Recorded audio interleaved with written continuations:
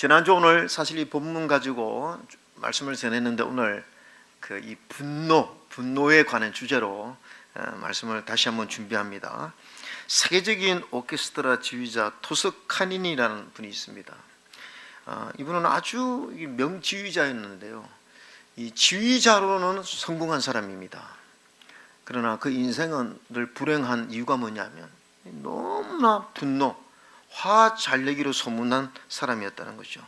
항상 지휘하다가 화가 나면 절제가 안 돼서 있는 거 다 집어 던지고 심지어는 그 값비싼 손목시계도 집어 던져서 깨뜨리고 한 번은 또 이 베토벤 교향곡을 연습하던 중에 연주가 자신의 기대에 미치지 않으니까 이 격분해가지고 그 베토벤 교향곡 원본 악보, 이 원본 악보 얼마나 귀한 겁니까? 그걸 찢어버리고 이 막 단원들과 늘 갈등이, 단원들이 지휘자 때문에 이 도저히 있을 수 없다, 막 전체 다 힘들고 이러니까 본인이 이제 그 길을 떠나게 되고, 어쨌든 지휘자로서는 지휘는 잘했는데 인간관계나 이 모든 것들을 다 실패한 거죠. 왜냐? 자신의 이 분노 조절 장애 때문에 그렇다는 것입니다. 여러분, 오늘 우리 가운데 이런 분노 지수가 있는 높은 분들은요, 참 아침부터 저녁까지 이 분노의 지뢰밭에서 살고 있다. 분노 어디에 언제 터질지 모르는 거죠. 성도님들, 혹시 이렇게 20년 30년 부부로 사신 분이 있습니까? 내 아내와 내 남편이 다른 거는 좀 부족해도 지금까지 화를 내는 건 내가 한 번도 못 봤다. 오늘 감사하시기 바랍니다. 오늘 집에 가서 고백, 여보 나 당신에게 너무 고마워. 여러분, 우리가요 화를 안 내는 것만 해도 참 감사한 거예요. 살면서 화를 안 낸다. 어떻게 보면요, 화를 다스린다, 이 인격자입니다. 그러니까 여러분의 가정에서 우리 집은 하여튼 화나는 일이 없어. 자녀든 남편든 아내든 우리 집은 그렇게 화를 내지 않아. 정말 감사한 거예요. 정말 감사한 거예요. 분노를 조심해야 되는 이유가 무엇입니까? 분노는요, 우리 모두를 불행하게 만듭니다. 먼저는 나 자신을 불행하게 만들고 또 우리 이웃들을 힘들게 만들 수가 있다는 거죠. 듀크 의대 연구 결과에 의하면 보통 사람에 비해 화를 잘 내는 사람들의 사망률이요, 다른 사람보다 20% 더 높대요. 여러분, 이 20%가요 엄청난 겁니다. 심장병의 주요 발생 요인이 담배와 술인데요. 여러분, 담배가 얼마나 심장병 또 술이 이 심장병에 악영향을 미칩니까? 그런데요, 연구조사 결과가 나왔는데 담배, 술 많이 하는 사람보다 화 잘 내는 사람이 훨씬 더 사망률이 높다는 거예요. 우리는 화도 안 내고 담배, 술도 안 먹어야 됩니다. 나는 화 안 내니까 담배, 술 괜찮네, 이렇게 생각하시면 안 됩니다. 실제적으로요, 심리학자들의 말에 의하면 오늘 약 80%의 부부가 이 마음에 쌓아놓고 있는 이 분노, 이 마음에 쌓아놓고 있는 분노 때문에 실제적으로 문제를 많이 일으킨다 하는 거죠. 실제적으로 30년 정도 된 부부가 심각하게 된 것입니다. 이 가정이 막 지옥 같고 거의 이혼을 한 상태로 살아가는, 심리적 이혼으로 살아가는. 근데 이게 너무나 서로 싸우고 문제가 너무 지속되니까 이제 정신병원에 치료까지 받을 정도로 심각해진 거예요. 근데 이제 나중에 이걸 알아보니까 뭐가 문제냐 하면 신혼 때 일어났던 분노가 문제가 된 것입니다. 신혼 때. 이게 뭐냐 하면 신혼 때 아내가 운전을 못해서 남편이 운전을 가르쳐 준 거예요. 그런데 이 남편이 이 아내가 운전을 처음에 얼마나 서툴게 합니까? 그러니까 화를 내면서 이 바보야, 너 이렇게 못하느냐고 그 자리에서 엄청 윽박을 지르는, 화를 낸 거예요, 실제적으로. 그런데 그때 이 신혼 때 이 아내가 그 남편의 분노에 너무 상처를 크게 받은 거예요. 그때는 말 못했지만, 그러니까 이 분노의 상처가 아물지 않으니까 가정이 행복했겠냐는 거죠. 사실은 그런 그 분노가 원인이 되어서 계속 이 가정에 문제를 일으켰다는 것입니다. 여러분, 오늘 제가 이 창세기 강의를 하면서 이 에덴 동산의 죄를 범하고 아담과 하와의 가정에 죄가 들어왔는데 그 죄의 첫 번째 열매 중에 하나가 분노였다는 거예요. 분노, 화.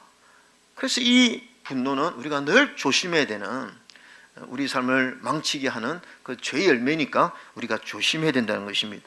자, 아담과 하와가 범죄했지만 하나님이 은혜를 베풀어 주셨어요. 제사를 드릴 수 있도록. 제가 지난주에 말씀드렸죠. 근데 가인의 제사는 하나님 받지 않으시고 아벨의 제사를 받았습니다. 그런데 이 부분에 있어서 이 가인이 엄청 화가 났습니다. 자, 5절을 한번 읽어봅시다. 5절입니다. 5절 시작. 가인과 그의 재물은 받지 아니하신지라 가인이 몹시 분하여 안색이. 여러분, 동생의 예배는 받는데 하나님이 내 예배는 안 받는다. 그러면 좀 속이 상할 수는 있습니다. 또 기분이 나쁠 수도 있어요. 그런데 성경은 몹시 분하여 안색이 변하니, 그러니까 막 화가 머리 끝까지 치밀어 올랐다는 거죠. 여러분, 분노는요 발전하는 성향이 있습니다. 이 분노는요, 이 신체의학연구 개척자인 윌터 캐논 박사가 이런 논문을 작성했는데, 화의 구름이 있다. 화의 구름. 우리가 화의 구름이 이렇게 오면요, 그 다음에 이게 내신경에 모이면 눈이 핏발이 쓰고 얼굴이 붉게 상기되며 말을 더듬게 되는 증세가 있고, 그 다음에 공격성이 일어난다는 것입니다. 이게 화는 발전을 한다는 거죠. 그 보세요. 가인이 화가 났습니다. 그러니까 막 이 화가 주체가 되지 않는 거예요. 그리고 이게 화가 계속 발전하니까, 그 다음에 8절, 가인이 그의 아우 아벨에게 말하고, 그냥 말했겠습니까? 얼마나 공격적인 말을 했겠습니까? 그들이 들에 있을 때에 가인이 그의 아우 아벨을 쳐 죽이는, 그러니까 이런 공격성까지 일어나게 되는 거죠. 이 분노의 특징 중에 하나가 이런 공격성이 있고 나서는 이제 모든 걸 잃어버리게 되는. 그래서 13절에 한번 읽어볼까요? 13절 여러분 한번 읽읍시다. 시작.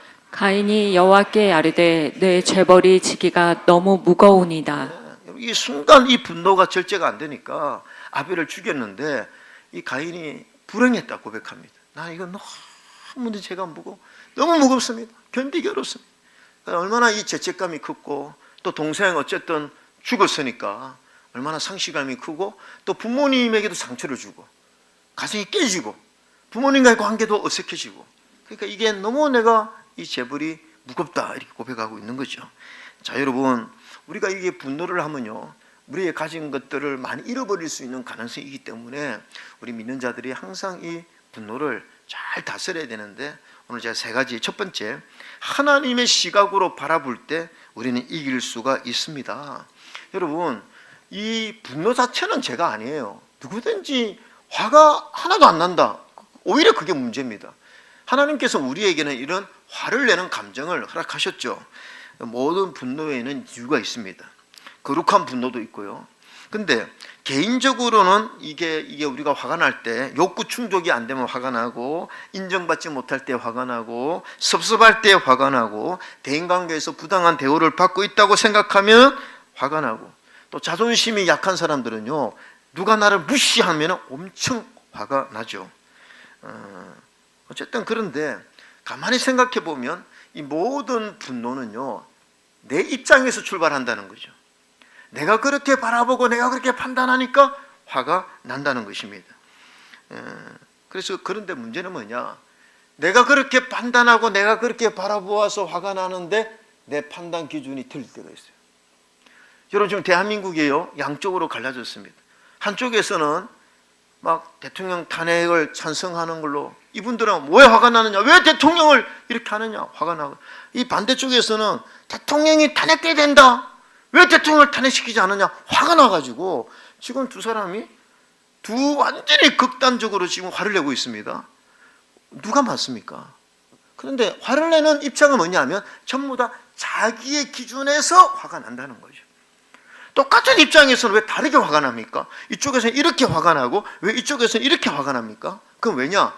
자기의 기준, 자기의 정치적 기준, 자기의 입장에서 화를 내기 때문에 그렇다는 거죠.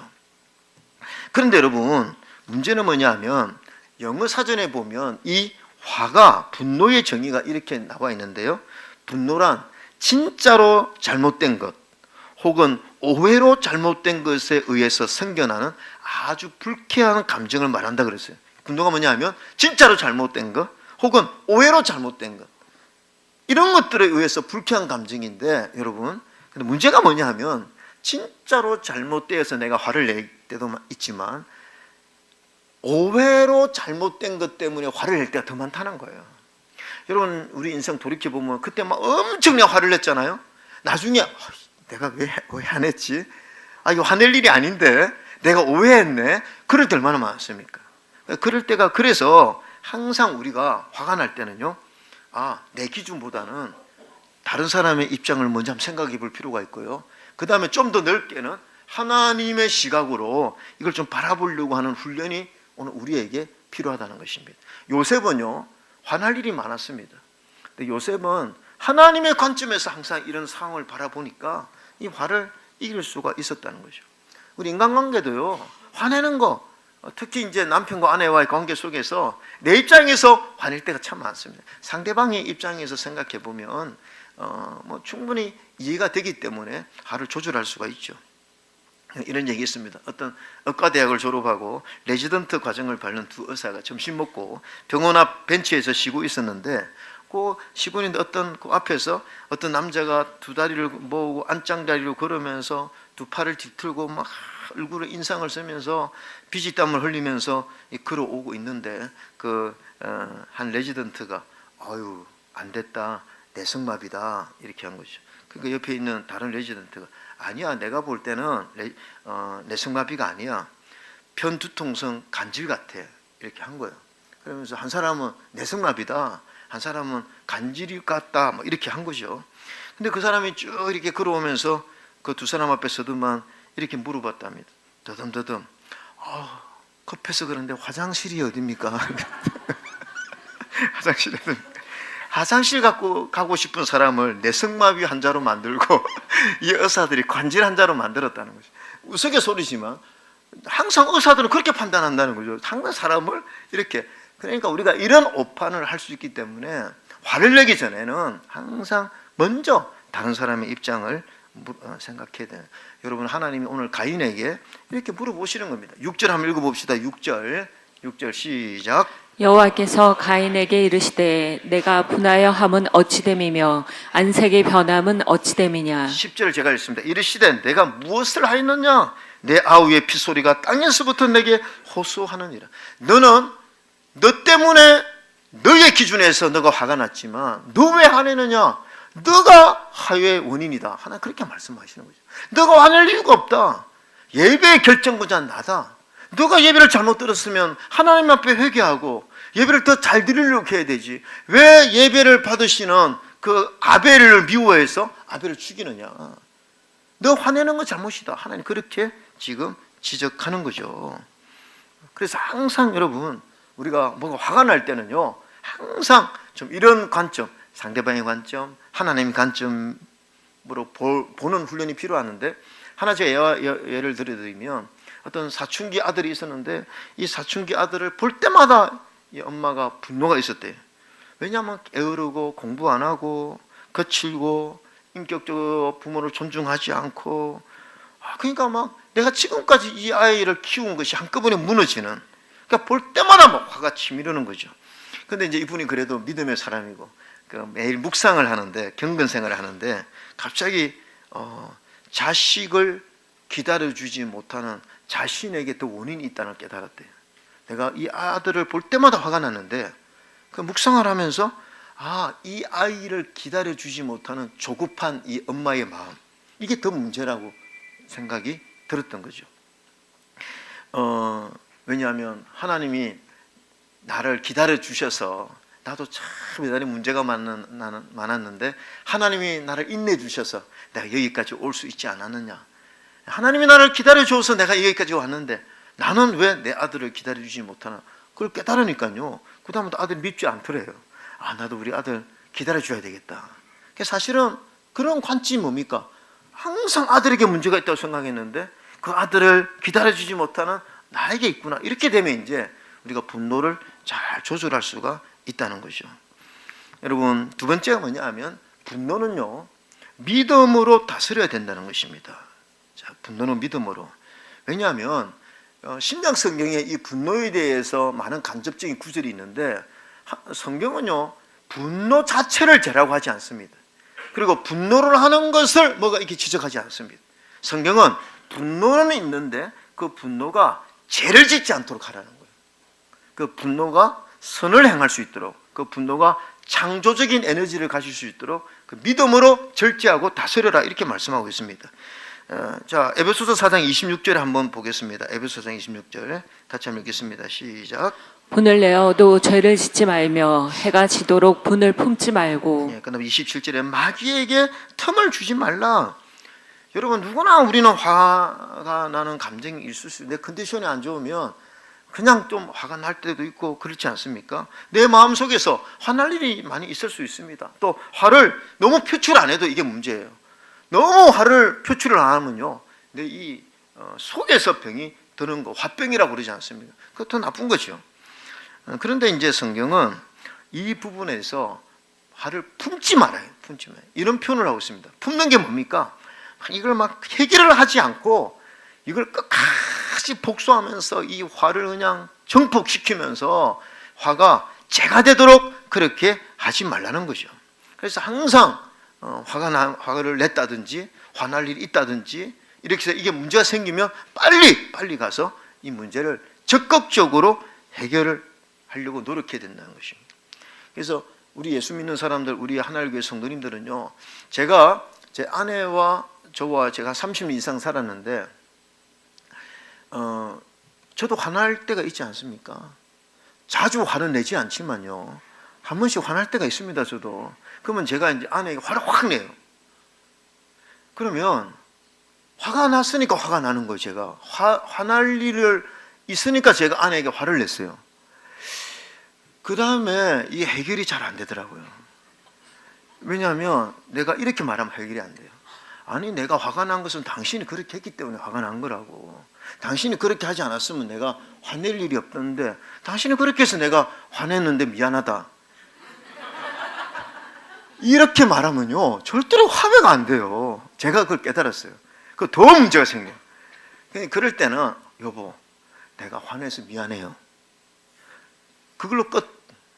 그러면 아내가 화가 풀리고, 왜? 내가 어쨌든 화를 냈으니까. 그래서 제가 드리는 얘기는 화낸 사람이 먼저 회개하시기 바랍니다. 다른 이유 없어요. 일단 화를 내면 그게 문제예요. 그래서 제가 보니까 우리 모든 인간관계 속에서는 그 사람이 화를 낼 수 있도록 원인을 제공해도 일단은 내가 화를 냈으면 그 화낸 것에 대해서 먼저 사과를 하는 것이 이 화를 잠재우는 좋은 비결이다. 여러분 30년 이상 살아온 저의 경험에서 나온 거니까. 네. 하여튼 올해 저는요 참 감사한 게 저와 제 아내가 뭐 자주 싸우진 않지만 저도 한 번씩 다투면 저희 가정은 그래도 감사한 게 해를 넘기지 않습니다. 하루를 넘기지 않는다고요. 한 해가 아니고. 예. 항상 적극적으로 항상 풀어요. 그러니까 뭐 그게 화가 독이 되고 그게 막 문제가 되고 그러지는 않는. 그러면 얼마나 그게 감사합니까? 그래서 항상 뭐가 싸울 일이 있으면 뭐 이렇게 감정의 어려움이 있으면 빨리 그 화를 희석화시키는 그런 것들이 필요하다는. 그 다음에 자 잠언 29장 11절 한번 읽어봅시다. 29장 11절 시작. 어리석은 자는 자기의 노를 다 드러내어도 지혜로운 자는 그것을 억제하느니라. 자, 야고보서 1장 19절에도 내 사랑하는 형제들아 너희가 알지니 사람마다 듣기는 속히 하고 말하기는 드디하며 성내기도 드디하라. 여러분 성경에 분노와 화해에 대해서 말씀이 나오면 공통적인 특징이 뭐냐면 한꺼번에 다 풀지 말라는 거예요. 우리가 화가 나면은 여러분 뭔가 그래도 화를 표현해야 되는 거죠. 근데 지혜가 뭐냐? 미련한 자는 이거를 막 화의 감정이 한꺼번에 쏟아 나오도록 그렇게 해버린다는 겁니다. 그러면 이게 문제가 생긴다는 거죠. 그러니까 절제를 해라는 거죠. 제가 성내기도 드려. 성내는 거 이해할게. 하나님 성내지 말라고 안 해요. 성내는데 조금 더디해. 그거 다 알아보고 성내. 나중에 성내도 괜찮아. 이러면서 이 화내는 것에 대해서 좀 절제를 하는 것이 오늘 지혜라고 그렇게 말씀하고 있는 거죠. 이게 바로 우리가 믿음이 뭡니까? 성령 열매 중에 절제가 있지 않습니까? 화가 나지만 내가 이런 부분에서 절제하고 조심하고, 왜? 화를 내면 그 다음에 너무나 이 대가를 지불해야 될 게 너무 많으니까. 화내면 덕보다 실이 훨씬 더 많잖아요. 화 안 내고 해결하면 얼마나 좋습니까? 근데 화를 내버리면 그 문제를 더 심각하게 만들어 버리니까 결국 나도 손해고 상대방도 손해고 우리 공동체도 다 손해가 될 수 있으니까 이 부분을 절제하라고 성경은 말씀하고 있습니다. 만약에 가인이요, 화가 순간적으로 났죠. 그렇지만 조금 그 감정을 절제하고 그렇게 했으면 나중에 충분히 이 문제를 잘 해결할 수 있죠. 동생을 죽이는 것까지는 하지 않지 않았겠나 아쉬움이 있는 거죠. 마지막 하나 더 말씀드리면, 우리가 이 분노가요, 역기능이 아니라 순기능이 되도록 노력해야 된다는 거죠. 자, 제가 지난주에도 이어서 말씀드렸지만 이렇게 분노와 폭력이 있는 이때에 하나님 뭐라고 말씀하시느냐 하면 7절에 가인에 이렇게 말씀합니다. 시작. 내가 선을 행하면 어찌 낯을 들지 못하겠느냐. 선을 행하지 아니하면 죄가 너를 원하나 너는 죄를 다스릴지니라. 여러분, 이런 표현, 제가 문에 엎드러져 있다, 제가 너를 원한다. 그러니까 이럴 때 이 분노는요, 우리를 죄짓게 만들 수도 있고 죄를 안 짓게 만들 수도 있습니다. 그런데 우리가 선한 일을 자꾸 하려고 하면 이 죄가 역사를 못한다는 얘기예요. 가인이 뭐가 문제냐 하면, 가인이 분노의 감정이 아마 다혈질이었는가 봅니다. 그 분노의 감정이 있을 수 있지만 이 죄를 짓기에 지을 때 딱 하나님의 선한 뜻을 생각하고 선한 쪽으로 에너지를 쏟았으면 이 정도는 아니었다는 거죠. 그래서 항상 우리가 우리 속에 있는 분노, 이런 현실이 있을 때 이거를 우리 믿음은 뭐냐? 선한 쪽으로, 하나님의 말씀 쪽으로, 이런 쪽으로 자꾸 발전을 시켜야 된다는 거죠. 예를 들어서 제가 오늘 한 몇 가지 예를 들어보면요, 여러분 마이크 타이슨이라고 하는 유명한 권투 선수가 있습니다. 야, 여러분 이 선수 알죠? 타이슨, 오른쪽에 있는 이 선수 그 당시 어마어마했죠. 그런데 이제 이 타이슨이요, 어릴 때 얼마나 경찰서에 자주 드나들었냐면 13살 때까지 38번 파출소에. 왜냐? 분노 때문에. 폭력성이 너무 강한 거예요. 어릴 때 환경이 좋지 못하고 아버지 일찍 나가시고 가정에서부터, 그리고 어릴 때도 엄청 많이 맞았대요. 동네 형들한테도 많이 맞고. 그러니까 막 속에서 분노가 엄청났습니다. 그러니까 이제 파출소 드나들다가 소년원에서 생활했는데 거기에서 누구를 만났습니까? 저기 멘토, 저분이 크스 다마토라고 하는 분인데 전직 복서이자 트레이너를 만난 거예요. 아버지 같은 따뜻한 감정을 가지고. 딱 보니까 얘가 엄청난 막 체력도 있고 있는데 분노가 있으니까 잘 설득을 한 거예요. 너 이 분노 가지고 있다, 너 인생 망친다. 너 이런 이 분노가 있지만 이거를 한번 운동을 한번 해결해 보자. 그래서 이 복서를 가르치기 시작한 거죠. 그래서 두려움을 컨트롤하고 분노를 너 인생에 오히려 선한 쪽으로 이용하자. 그러면서 이걸 잘 다스려 가지고요. 얼마나 이 훌륭한 선수. 이제 저 멘토가 죽고 나서 또 이 타이슨이 이 분노로 조절을 잘 못해 가지고 홀리피드 길을 물어뜯고 이런 좀 안타까운 일이 있었지만 어쨌든 좋은 예죠.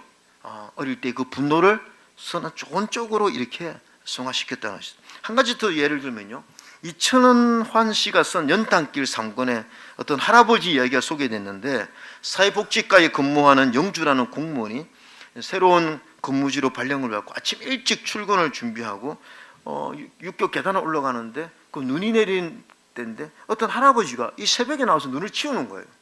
그래서 참 신기하다, 할아버지 고생이 많으시네요. 이 할아버지가 고생이랄 게 있습니까? 누구라도 해야 할 일이잖아요. 이 빙판진 계단에서 미끄러지면 천하 없는 장사도 봉변을 당할 수밖에 없지요. 그래서 이게 좀 잠시 대화를 하는데 그 할아버지가 한숨을 쉬면서 이렇게 고백을 한 겁니다. 사실은요, 내 아들이 이 육교에서 넘어졌거든요. 그때 머리 다쳐서 지금까지 3년째 방 안에만 누워 있습니다. 그래서 그 아들 때문에 내 가슴이 다 탔어요. 근데 내가 혹시라도 내 아들처럼 누가 이렇게 미끄러져 넘어질까 봐 내가 여기 와서 눈을 치운다고. 그러니까 할아버지 힘들지 않으시냐 그러니까 내가 이 일이라도 안 했다면 아마 죽었을 거라고. 그래서 내가 이렇게 선한 일을 하니까 그나마 위로가 된다고. 그러니까 이 무슨 말입니까? 이 분노의 마음을 다른 사람을 위해서 봉사하는 에너지로 승화시키는. 그러니까 이 분노를 조절했던 거죠. 제가 좀 비슷한 얘기 하나 할게요. 우리가 추수감사절 때 쌀을 이렇게 모아서 어떤 교회에다 드리잖아요.